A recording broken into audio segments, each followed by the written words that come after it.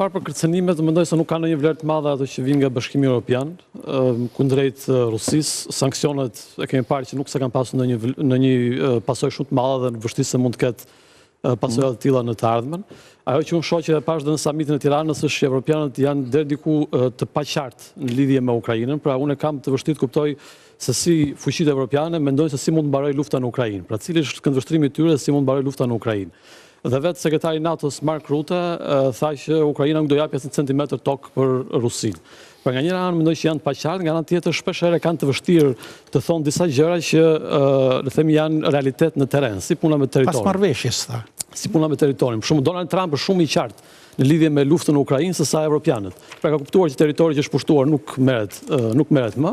Ka kuptuar që një nga thelbet e luftës ka qenë Ukraina në NATO dhe këto gjëra ka hequr nga tavolina.